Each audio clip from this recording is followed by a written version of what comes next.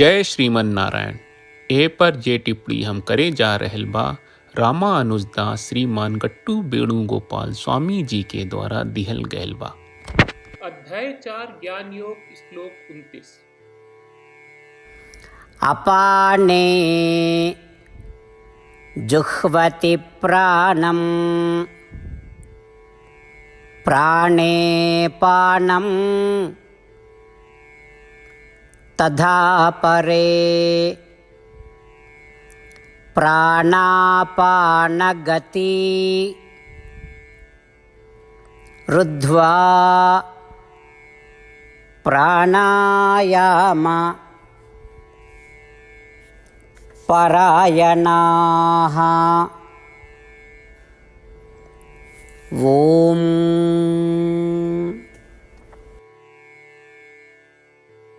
गीताचार्य श्री कृष्ण परमात्मा अर्जुन सहित हमनी सबके ज्ञान योग सिखा रहे बानी। परमात्मा कहत बाड़न कि अर्जुन हम ओ लोग के विभिन्न प्रकार के यज्ञ बतावत बानी जे ई समझत बा कि हर इकाई में एगो आत्मा होला आ हर आत्मा में परमात्मा होला। एकरा के ब्रह्मात्मक यज्ञ के नाम से जानल जाला। ई एगो औरी यज्ञ बा जौना के प्राणायाम यज्ञ के नाम से जानल जाला। माने कि ऊ लोग आपन सांस लेवे या सांस छोड़े के प्रक्रिया के यज्ञ के रूप में बदल देला। ऊ लोग ऐसन कैसे करेले? सांस लेवे के प्राणायाम के नाम से जानल जाला जौना के ऊर्कम भी कहल जाला। सांस छोड़ला के अपनाम कहल जाला जौना के रेचकम भी कहल जाला। सांस रोके के कुंभकम कहल जाला। ई 3 क्रमिक तरीका प्राणायाम कहल जाला। एहमे कुछ लोग आपन पूरा ध्यान सांस लेवे पर देला, मतलब कि ऊ लोग गहरा सांस लेवे के अभ्यास करत रहे। कुछ लोग आपन पूरा ध्यान सांस छोड़े पे देवे, मतलब ऊ लोग सांस छोड़े के अभ्यास करत रहे। कुछ लोग आपन पूरा ध्यान कुंभकम यानी सांस रोके पर देला, मतलब कि ऊ लोग लंबा समय तक आपन सांस रोक के रखेला। ई तरह से लोग आपन सांस के अभ्यास पर पूरा ध्यान देला आ खाए के नियम के पालन करत आपन सांस के यज्ञ के रूप में बदलते। इस तरह से भगवान श्री कृष्ण प्राणायाम यज्ञ के परिचय दे रहल बाड़े। भगवान के शिक्षा के पालन करत घड़ी हमनी के सबके श्री कृष्ण परमात्मा के वचन के ठीक औसे ही दोहराई जा। अपाने जुह्वति प्राणं प्राणे पानं तथा परे प्राणापानगति रुद्ध्वा प्राणायाम परायणाः। श्रीमद् भगवत गीता का पूरा सार श्री कृष्ण परमात्मा ने अध्याय 18वें के श्लोक 65 से 70 में 8 काम करे खातिर दिले बाड़े। श्री कृष्ण कहले हम ओ लोगन से प्रेम करनी जो लोग इन 8 बातन के मान तारे। हम ओ भक्तन के हर तरह से रक्षा करब।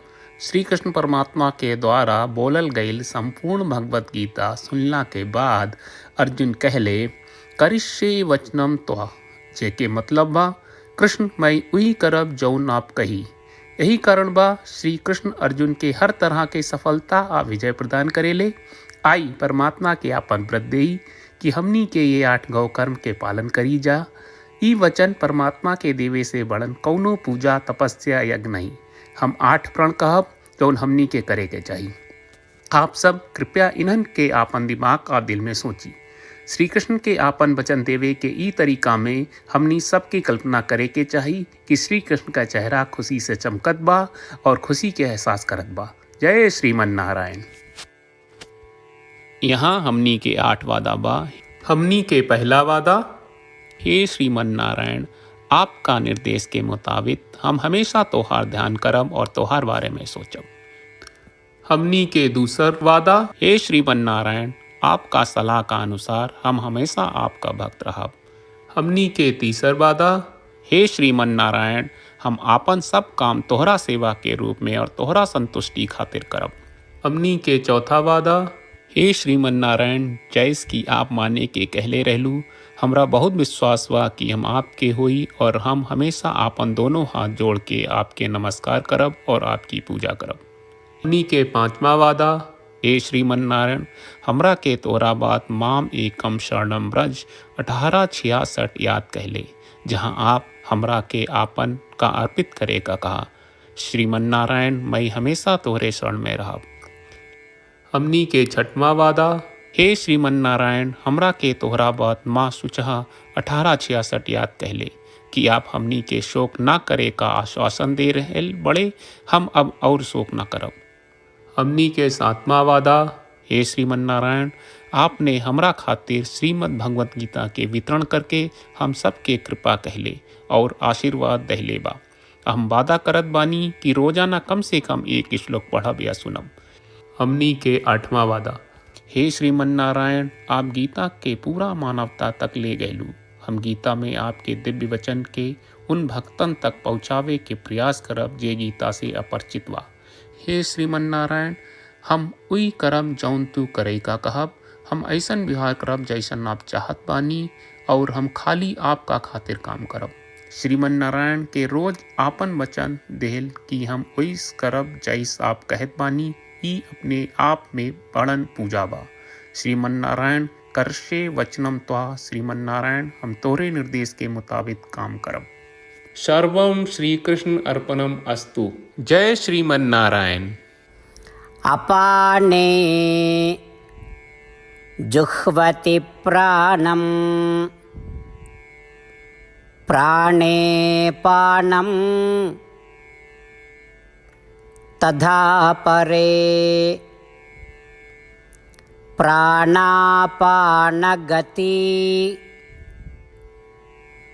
रुद्ध्वा प्राणायाम परायणाः। ओम।